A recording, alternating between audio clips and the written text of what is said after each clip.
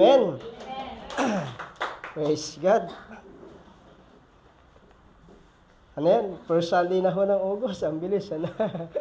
At malapit na ang Pasko na agad. Praise God.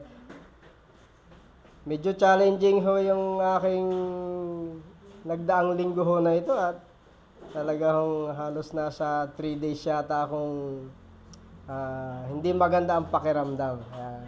Pero kahit po hindi ho maganda yung pakiramdam, tuloy lang ho sa trabaho.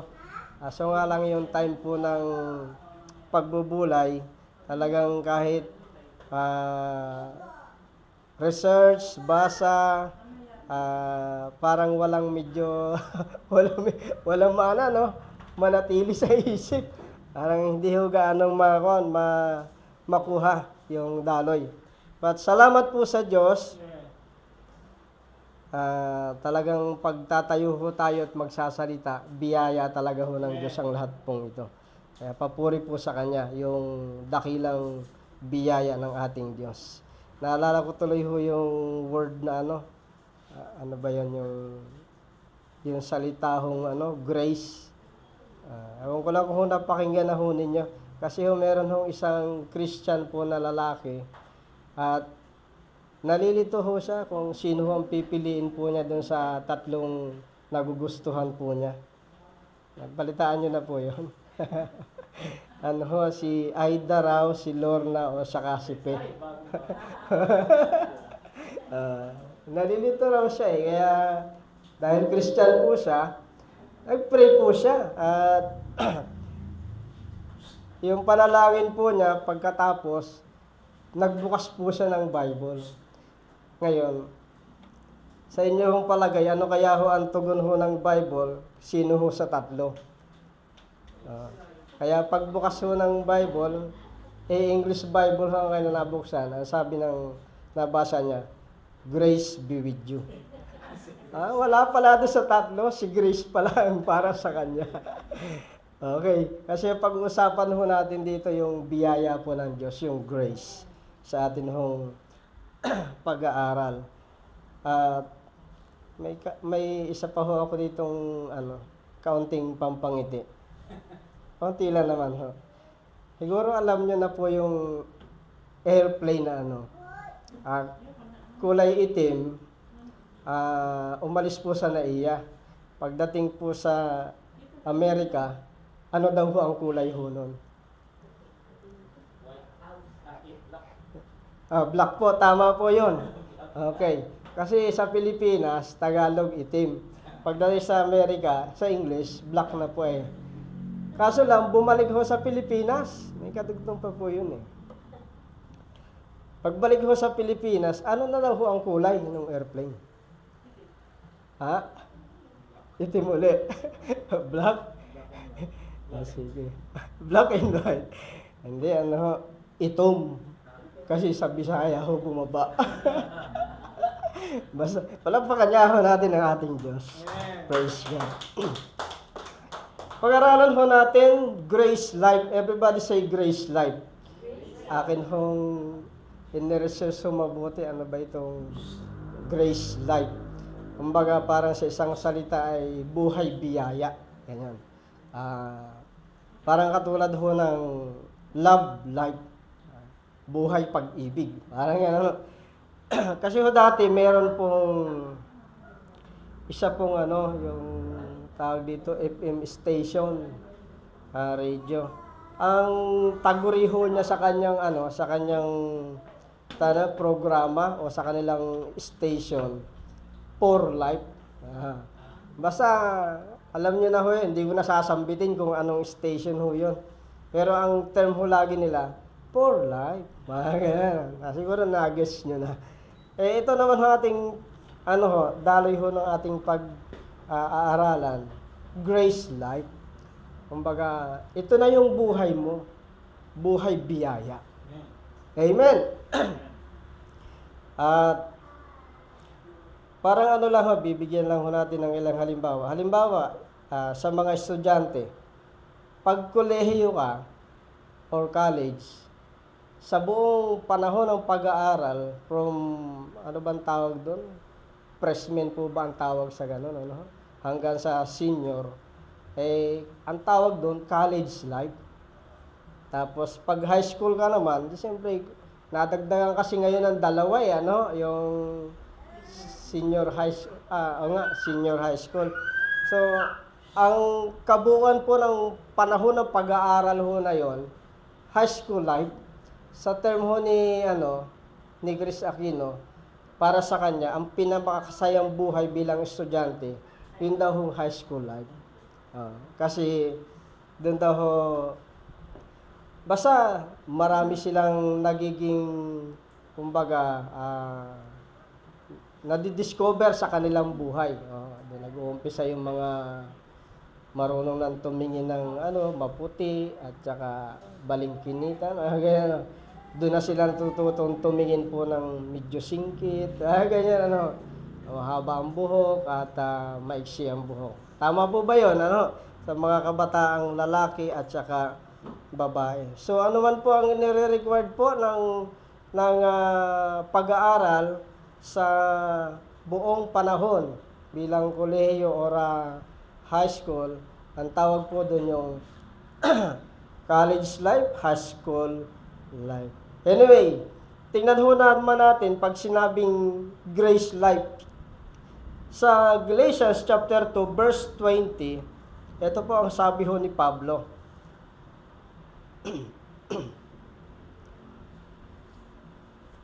Ayan, meron po yata dito. Ayan, okay.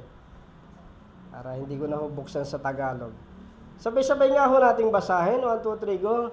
I have been crucified with Christ, and I no longer live, but Christ lives in me.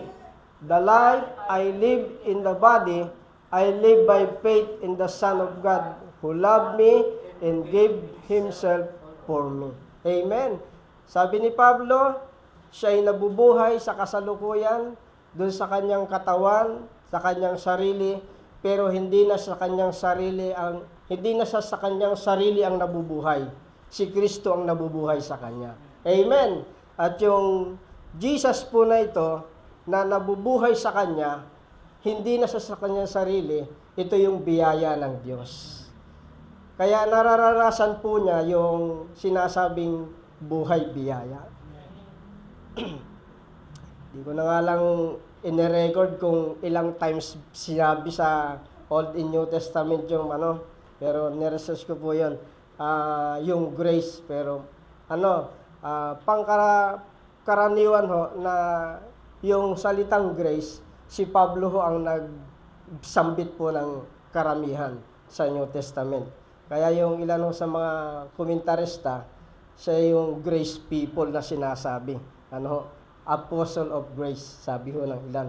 Okay.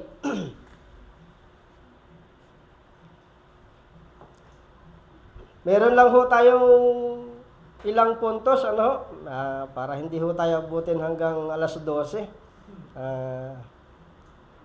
Si Jesus po yung sinasabi hong ultimate expression of grace sa Romans 5:8. Yung pag-ibig ng Diyos ang naghatid kay Jesus, sa panahon. Okay, basahin po natin. But God demonstrates His own love for us in this: while we were still sinners, Christ died for us. Amen. Yung panahon na ang tao ay makasalanan, inihayag ng Diyos ang kanyang pag-ibig nung si Jesus ay mamatay sa krus. Amen. Inihayag ng Diyos ang lubos niyang biyaya sa pamamagitan ng pagkakaloob ng kanyang kaisa-isang anak, si Jesus, doon sa krus ng Kalbaryo. Amen. Nakukuha po ba natin?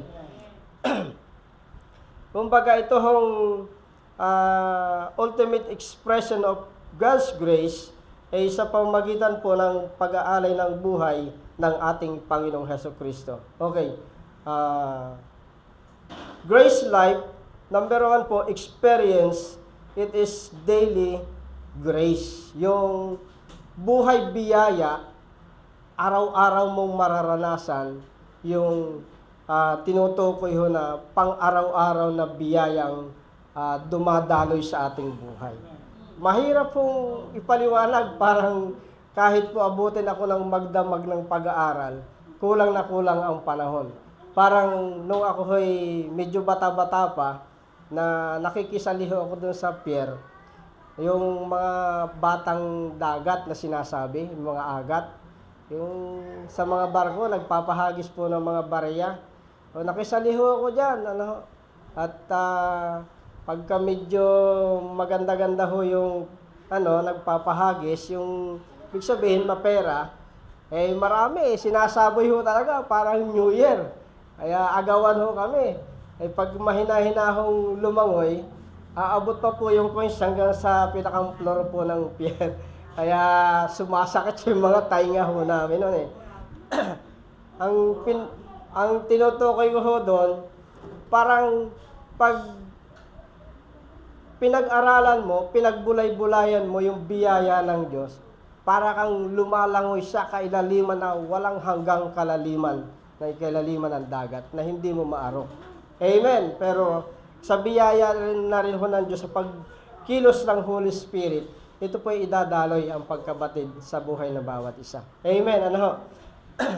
May kausap po ba ako? Andyan pa po ba kayo? Parang malalim din kayo ah. O nagtataka lang kayo ba't sino ho yung nasa harap ninyo? Parang nakakita kayo ng medyo artistahin. Kasi ho nung medyo bata-bata pa, sabi ho nila, pag naka-side view daw ho ako, medyo kamukhain ko daw si John Lloyd. Kaya nung naging kami ho ni sister, feeling ano ho yan, Bia Alonso. Ano lang ho yan, patawa lang ho yan. Praise God. So, yung buhay biyaya, it is a daily grace. Ano ho? Araw-araw na biyaya para sa atin. Sabi ho ni Pablo, 2 Corinthians 12:9, meron ho siya kasing sinasabing thorn of the flesh. May bagay sa kanyang sarili na gusto niyang mawala. Hindi naman nasabi kung ano. Okay, basahin lang po natin. But he said to me, my grace is sufficient for you, for my daily power is made perfect in weakness. Therefore, I will boast all the more gladly about my weaknesses, so that Christ's power may rest on me. Amen. Tingnan niyo po yan ha. Pag binasa ho ninyo, 3 times a day nga ho niyang pinagpipray po yun eh. Kung may bagay sa kanyang pwedeng kahinaan, pwedeng physical po na karamdaman, 3 times po niya yung ipinagpipray sa Lord na mawala. Pwedeng mapagtagumpayan niya. Pero ang tugon ng Diyos, my grace is sufficient for you. Sagana ang biyaya ng Diyos sa ating buhay araw-araw. Amen. So, di ho nasabi kung physical or ano man ho ang bagay na kanyang dinadala, but if we apply po sa atin pong mga pamumuhay sa araw-araw, may kanya-kanya rin ho tayong dalahin. Ano ho? Pwedeng tulad ho na nag-prayer request na ang sabi ay gusto niyang mawala na yung problema sa kanyang buhay. Ganon. Habang nabubuhay po tayo dito sa lupa, hindi ho mawawala ang problema. Tinanong ko nga, ano ba ang problema mo, yung asawa mo? Pag sinabing gusto mong mawala, di mawawala ang asawa mo. Di ibig sabihin hindi pwedeng mawala ang problema sa buhay. Pero ang tugon ng Diyos dyan, ano man ang ating dinadala o pasanin sa araw-araw, pinoproblema, ang sabi lang ng Lord, ang grace ko sapat sa iyong buhay araw-araw. Kaya yung buhay biyaya, ito po ay daily grace. Isang araw-araw na karanasan sa biyaya ng Diyos. Pangalawa po, yung daily empowers. Pang-araw-araw po na lakas, pang-araw-araw na kapangyarihan. Tingnan ho natin yung Acts chapter 4, 33.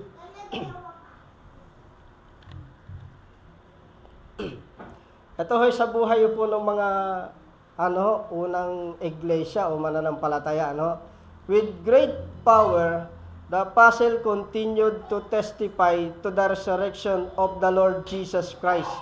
At sa bandang huli, sabi niya, and much grace was upon them all. Yung biyaya, ito yung kapangyarihan nila, yung lakas nila, para yung salita ng Diyos ay may pahayag nila ng may buong katapangan. Anya po ba tayo?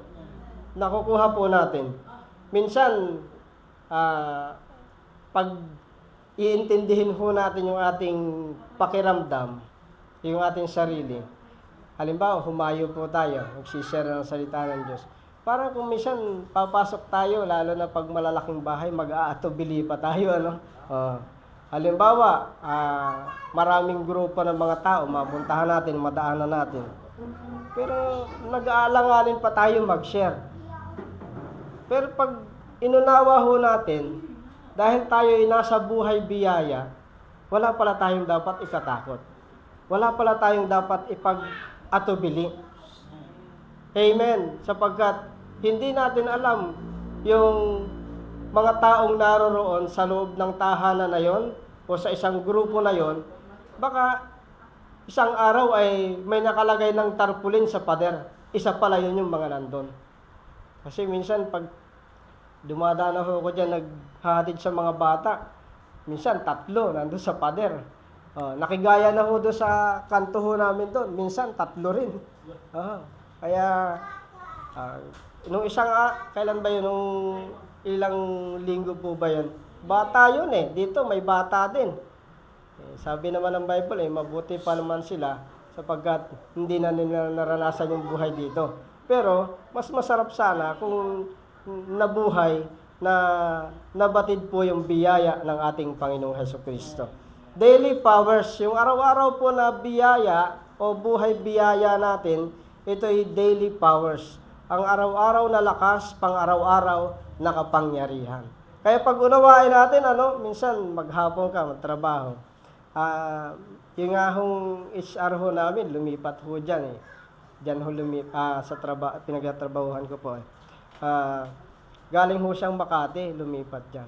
Pero yung aalis ng madaling araw, gigising ng 3:00, bibiyahe. Tingnan niyo po yan. Anong oras bago makarating? Basta before 8, dapat nandun na siya. Tapos ang out halimbawa ay 5, bibiyahe na, makarating sa kanila, 9:00, 10:00. Tapos tutulog, ilang oras na lang itutulog. Yung physical ho na pagkapagod, bukod pa yung stress ho sa kanyang mga trabaho, pagdating sa bahay ay pwedeng magugulo pa yung mga alaga, ganyan na, alagang pusa, aso, kasama na yung daga, mga ipis. Ano pong ibig sabihin po doon? Marami na, kumbaga, pwedeng magpapahina sa ating lakas physically, sa emotionally, sa atin pong spiritual. Pero pag inunawa natin, pag tayo'y nabubuhay sa biyaya ng Diyos, meron tayong pang-araw-araw na lakas. May pang-araw-araw po tayong kapangyarihan na biyaya ng ating Diyos. Amen! Palakpakan ho natin ang ating Diyos. Pangatlo ho dito, para hindi na ho tayo magtagal. Daily fullness. Ayan, araw-araw ho na pagkapuno ng Diyos ng kanyang kapuspusan sa ating buhay. Basahin lang ho natin yung kwento sa John chapter 2. Gusto ko po itong basahin po sa Bisaya, hindi sa Tagalog po, sa Tagalog. John chapter 2. Okay. Dito kasi, on the 3rd day, a wedding took place at Cana in Galilee. Jesus' mother was there. So, nandun, Sa verse 2, si Jesus at ang kanyang mga alagad naroon din. At kinapos ng alak, kaya't sinabi ng ina ni Jesus sa kanya na ubusan sila ng alak. Pagka nasa okasyon ho tayo, pwedeng halimbawa tayo ho yung, kumbaga, may paokasyon. Tapos sabihin na natin, isang pangangailangan sa handaan ay kinapos. Ano kaya ang pakiramdam? Lalo't marami pa hong tao. Hello? Kaya dito ho, sabi dito,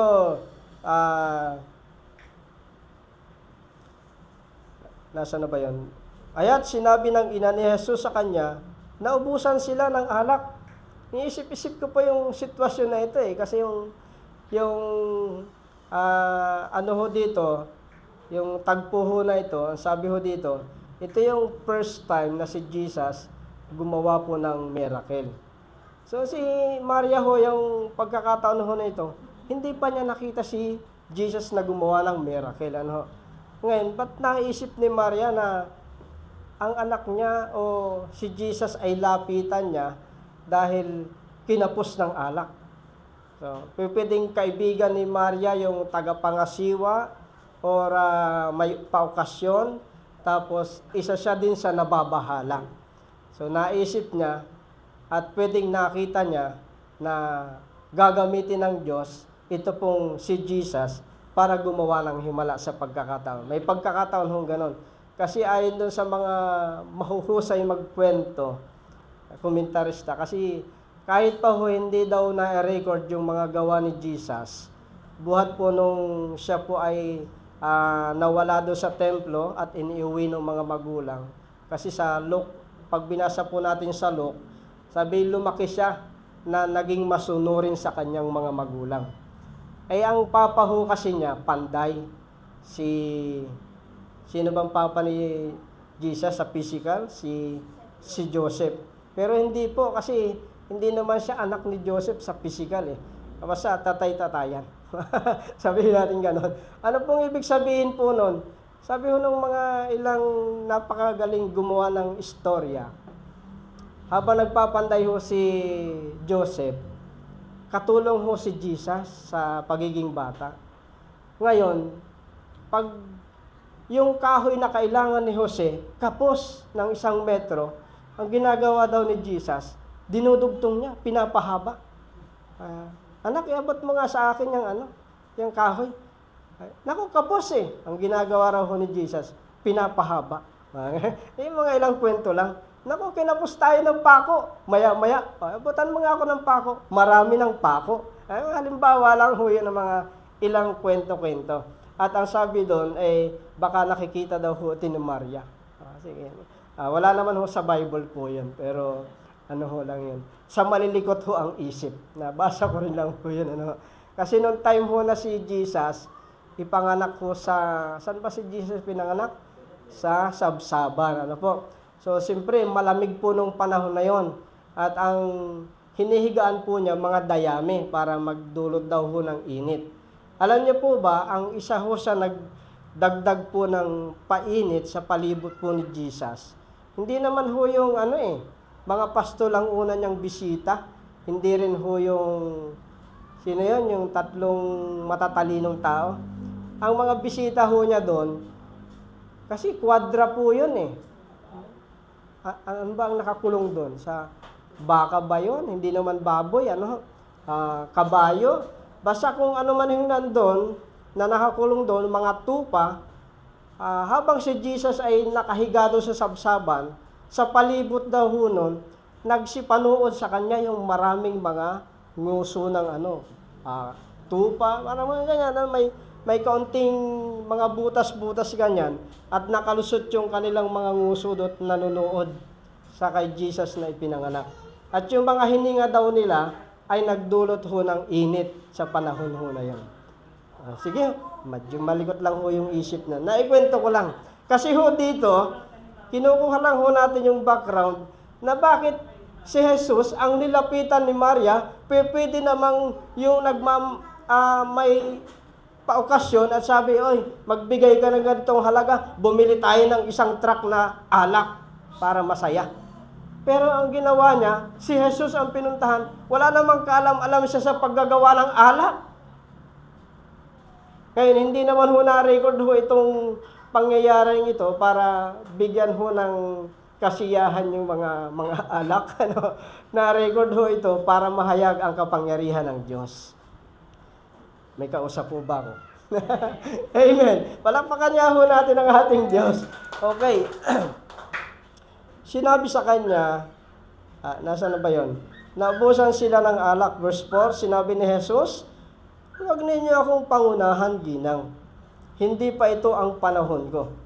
So, sabi sa kanya ng ina, sabi ng kanyang ina sa mga naglilingkod, gawin ninyo ang anumang sabihin niya sa inyo.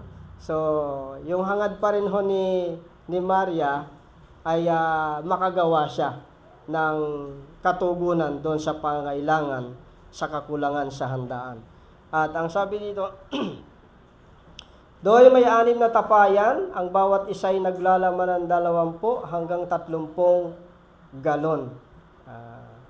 Pinikwenta-kwenta ko ito, pero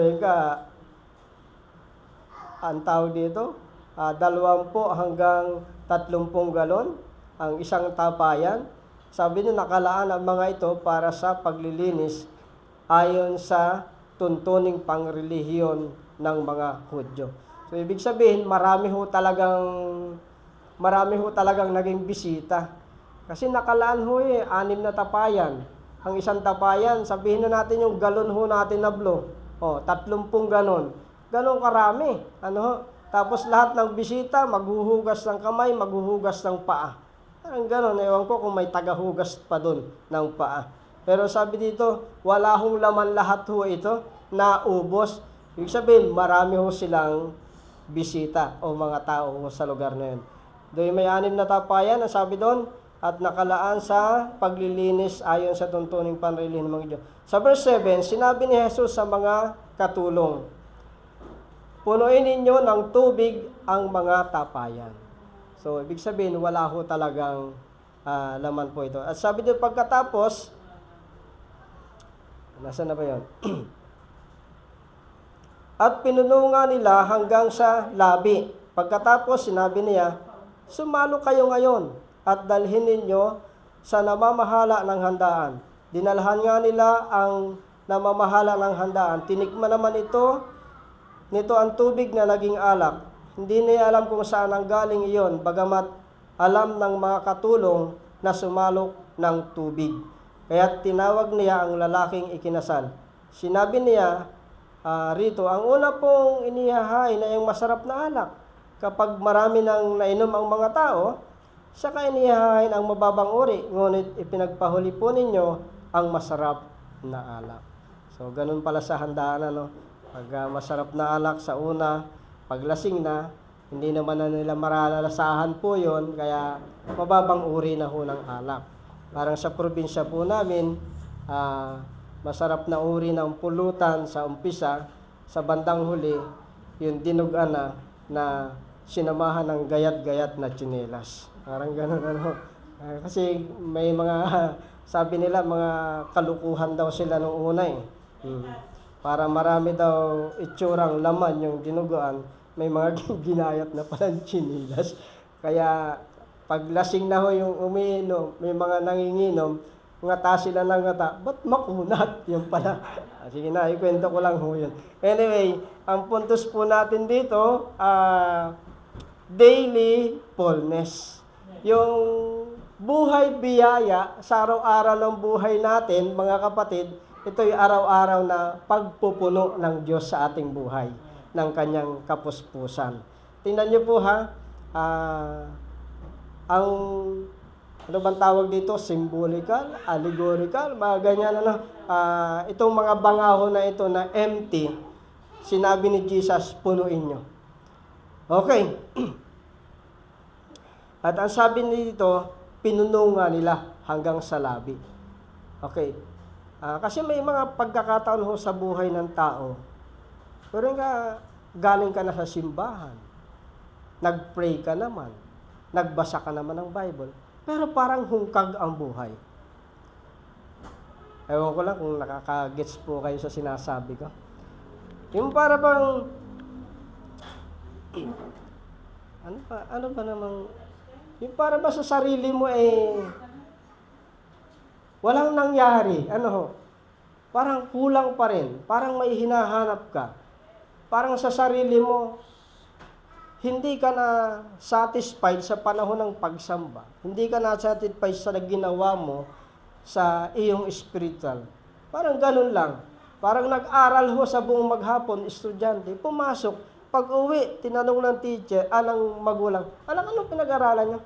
Tawagan ko po, mama, hindi ko tanda eh. Parang ganun, May nagigits po ba kayo sa sinasabi? Yung tawag mo doon, yung nadadamong emptiness, nararamdaman mo sa iyong buhay. Hello? Parang katulad ka ng isang banga na walang laman. Pero ang napakaganda dahil nasa buhay biyaya po tayo, may araw-araw na pagpupuno si Jesus sa ating buhay. May araw-araw na ang biyaya ng Diyos ay pinupuno po tayo ng kanyang kabutihan, kagandahang loob sa atin pong mga buhay. Hello? Kaya sabi dito, nung napuno ho yung banga, pinatikim ho yung katiwala ho ng handaan, nasiyahan po ang lahat ng mga tao. Wala ho sinabing naging kaguluhan. Kasi doon sa kapitbahay po namin doon, sa bundok doon, may bagong lipat. At talagang pagdating ho ng Sabado, silduhan, masasaya ho sila. Pagdating ng hating gabi, habula na, bugbuga na, ganyan, hindi ito yung ginawa ni Jesus na alak. Kasi ang alak na bigay ni Jesus, kasiyahan ang dulot.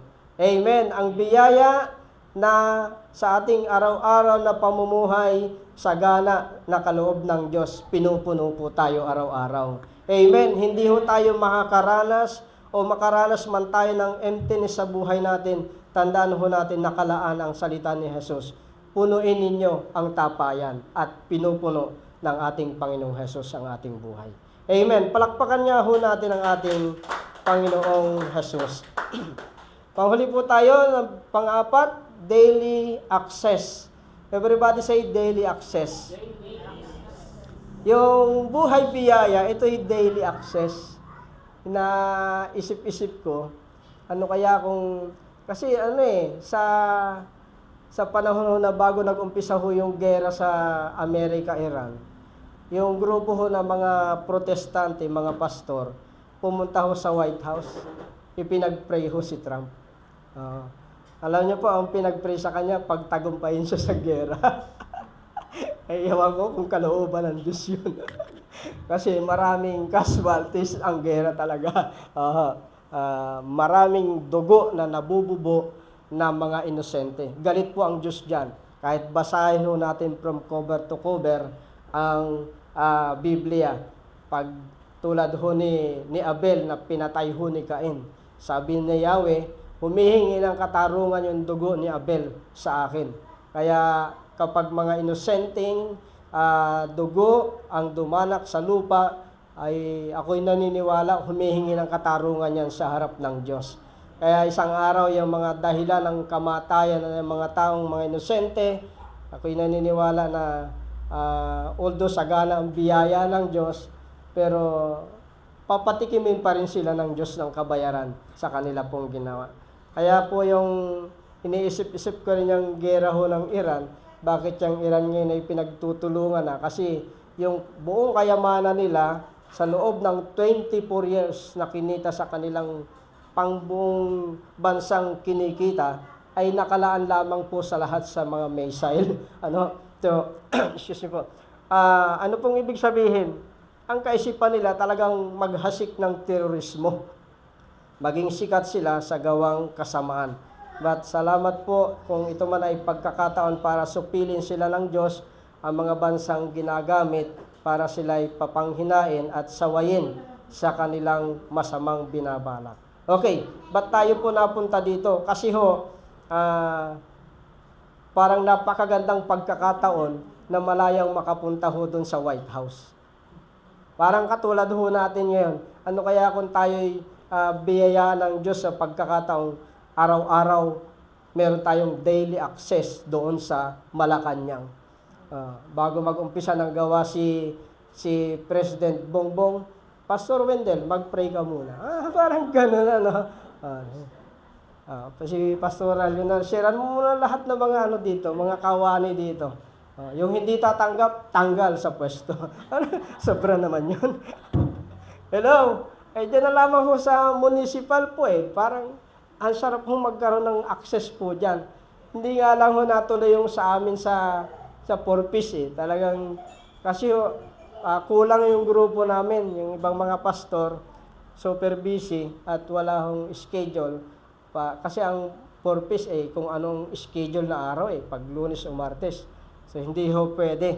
Ang ibang mga kapastoran halos kalahati ang kulang, kaya hindi po natuloy dapat kompleto ang buong barangay na merong mag-share ng salita ng Diyos. At may takdang panahon at sa biyaya ng Diyos mangyayari po uli yun. Okay. Basahin lang po natin yung Hebreo chapter 4, verse 16.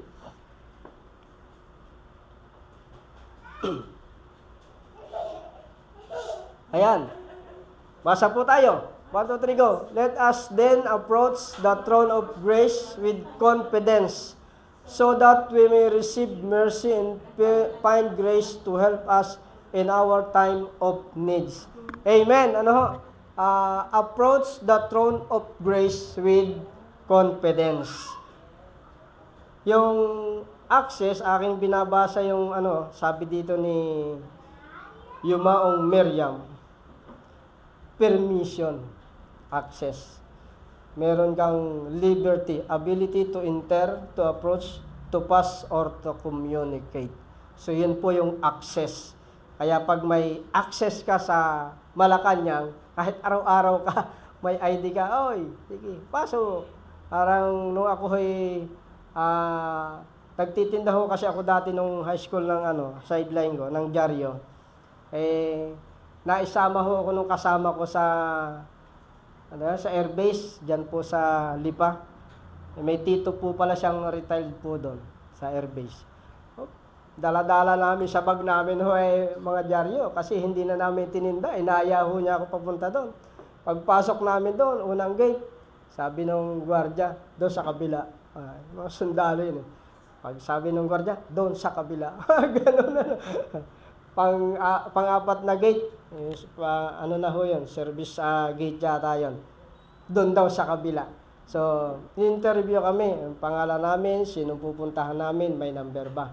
Nung sinabi yung pangalan po, si pala yun, si retired So, tinawagan, tapos pinasundo ho kami sa Katulong. So, ang pinupunto ho natin doon, wala ho kasi kaming access agad ho eh. Nung nalaman ho na tito pala niya yung pupuntahan. So, isang access po yun. Nakapasok po kami. Napakalawak po pala noon. Halos ang mga pamilya ho ng mga sundalo ay doon na nakatira. Parang isang komunidad sa loob ng isang pader. Nandun na ho sila. May sarili silang mga tawag dito, palaruan doon, kung ano-ano, mga eskwelahan. So, napakalawak po pala ng lugar na yun. So, ang punyo-punyo ho natin doon yung access po kasi ang napakaganda ho dito, kung hinahangad ho ng sino man magkaroon ng access sa iba't ibang ahensya ng ating gobyerno kasi para sa salita ho ng mundo, palakasan eh. Lalo na yung mga ayuda ho ngayon, live yata tayo. Talagang pag malapit ka daw sa base, talagang makakasandok ka kaagad. Parang ganun lang. Ewan ko lang ho, meron na sigurong nakakuha dito. Ay, may tumataas ng kamay, sa sunod yan, kanang kamay uli. Praise God. Kasi yung fuel subsidy, tuloy-tuloy na naman eh. Pero inaabangan ko, parang sa mga bumibiyahe lamang na public utility na sasakyan.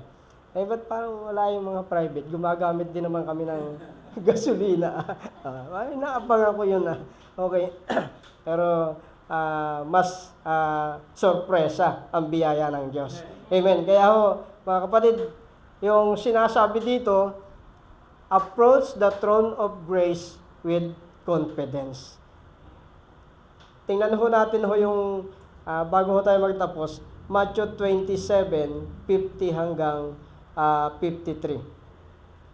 Ito yung panahon ng pagkamatay po ni Jesus. Dito nakuha yung Hebreo chapter 4. And when Jesus has cried out again in a loud voice, He gave up His spirit. At that moment, the curtain of the temple was torn into two from top to bottom. Hello? Parang ganito, may kurtina galing sa taas, papunta sa baba ay nahiwa po siya. The earth shook and the rock split. The tombs broke open and the bodies of many holy people who had died were raised to life.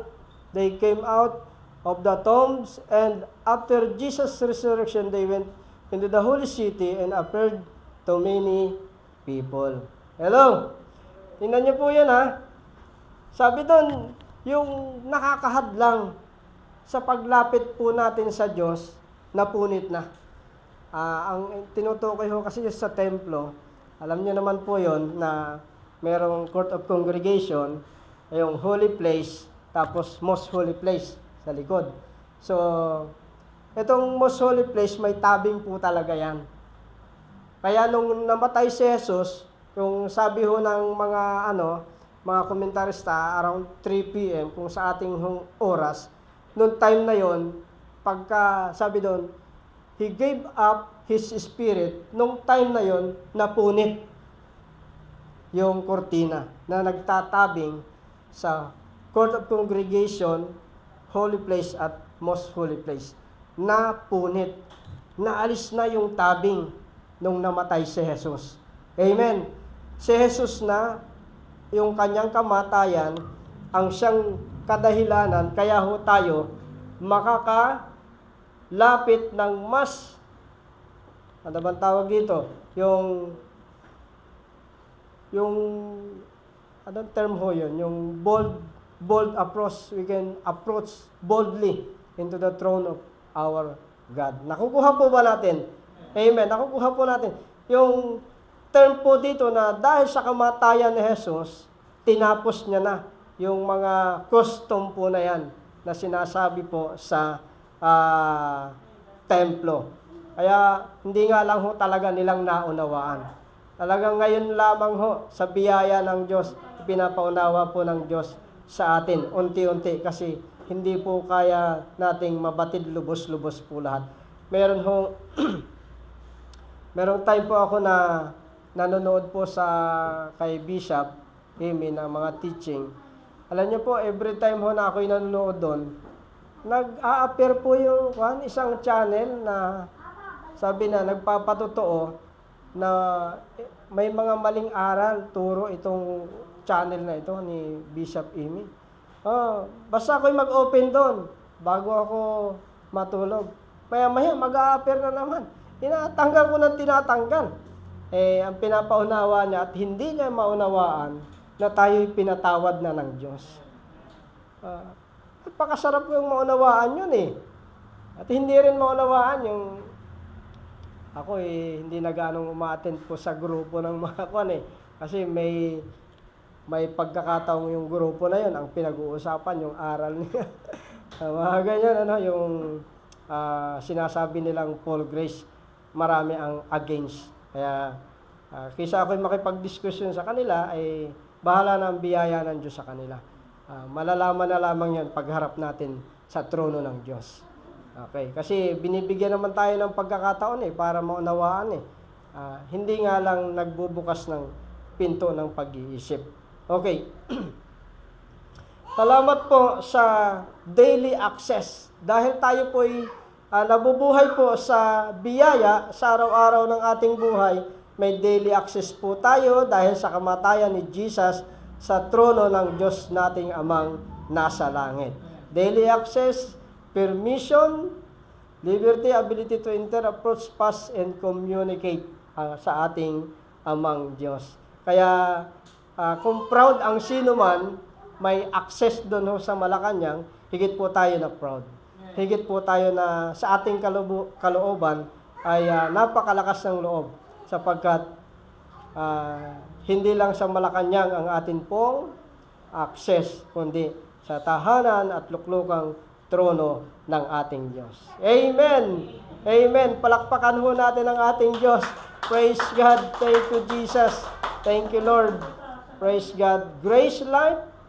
Ang Grace Life po natin, ito ay daily grace, daily empowers, lakas, kapangyarihan, daily fullness, and daily access. Yan po ang nabubuhay sa biyaya ng Diyos. Amen. Napakasagana. Okay. Ano man po ang ating sitwasyon po ngayon, ano man po ang ating pong karanasan, kahit sino man po sa buhay ng tao, mga kapatid, pwedeng nakikita ng mga tao ngayon ay dahil sa gera, mataas ng gasolina, pagtaas ng mga bilihin, dahil magtataas at magdadagdag ng aumento sa sahod, sa kamaynilaan, nagpahayag ang ibang mga companies na magtataas ng kanilang mga produkto. Kaya nagkakaroon ho ng mga usapin na naman dahil ikinansel yung pagtaas sa sweldo. At yun, nagrarally na naman po sila. Parang gano'n, ba't inihinto pa raw o pinigil pa yung pagtaas? Kasi nga ho, mas maraming maapektuhan na mga mamamayan pag tumas naman yung mga pangkaraniwang bilihin ng mga mamamayan. Pwedeng makita ng mga minimum wage na na mga trabahador, ito na nga yung kita ko, tapos tataas pa ang lahat ng bagay. At parang kami ho ni sister, pag namili ho kami sa 1,000, marami na ho dati, puno na ho yung basket, pero ngayon parang kalahati ho ay luluwag-luwag pa sa basket yung 1,000. Okay, kasi sabi ko, ba't ganyan? Yung pala, nagsitaasan ang mga bilihin. Hello! Pwedeng nakita ng sino man o ng tao ang kalagayang ito sa buhay ng ating kapaligiran o sa ating kapaligiran. Pwedeng pang personal na buhay, sasabihin ng hirap na ng buhay, ganito pa. Mga ganyan Tapos, sa mga taong nakakaranas ng mga emotional problem, mga stress ng buhay, dahil sa mahirap na ang buhay at may mga sakit o karamdaman pa, parang katulad ho ng aming kapitbahay, ay kahapon niya tayo na ako, medyo hirap na sa buhay, nakagat pa ng aso. Gabi na kahapon ay susugod pa ng ospital yung anak. Ganon sa halip na pambili na ng 1 kilong bigas, pang-ulam ay papunta pa sa mga kagamutan ng nakagat po na aso na kanilang anak. Anyway, ito hong napakaganda ho dito. Huwag tayong tumingin sa lahat po ng pangyayari sa ating palibot. Sabi ni Jesus, Hebreo 12:2, look unto Jesus. Sa Kanya po tayo tumingin. Okay, ito hong napakaganda. Binubulay-bulay ko yung term ho ni Jesus na tumingin tayo sa looking unto Jesus. Let us fix our eyes on Jesus, author, perfecter of our faith, for the joy set before Him endured the cross. Okay. Yung pag tumingin kay Jesus, ito ang napakaganda ho dito. Si Jesus po, nung panahon na tayo bineya na makapaniwala at nakapanampalataya at tumanggap sa Kanya, nanahanap po siya sa atin. Tapos sabi ng salita ng Diyos, tumingin tayo kay Jesus. Ibig sabihin ito, tingnan natin si Jesus sa ating buhay. Hindi natin makita yung sitwasyon ng buhay na mahirap sa ating mga pamumuhay araw-araw o ng sino man tao. Makita mo si Jesus sa iyong buhay. Hello? Makita mo ang biyaya ng Diyos sa buhay mo araw-araw. Amen. So yung Jesus na ito ay nagtagumpay sa lahat ng bagay. At kasama Kanya sa parada ng Kanyang tagumpay. Palakpakan ho natin ang ating Diyos. Tayo po tayo sumandali at tayo po ay mag-pray. Salamat po, Ama naming Diyos, sa iyo.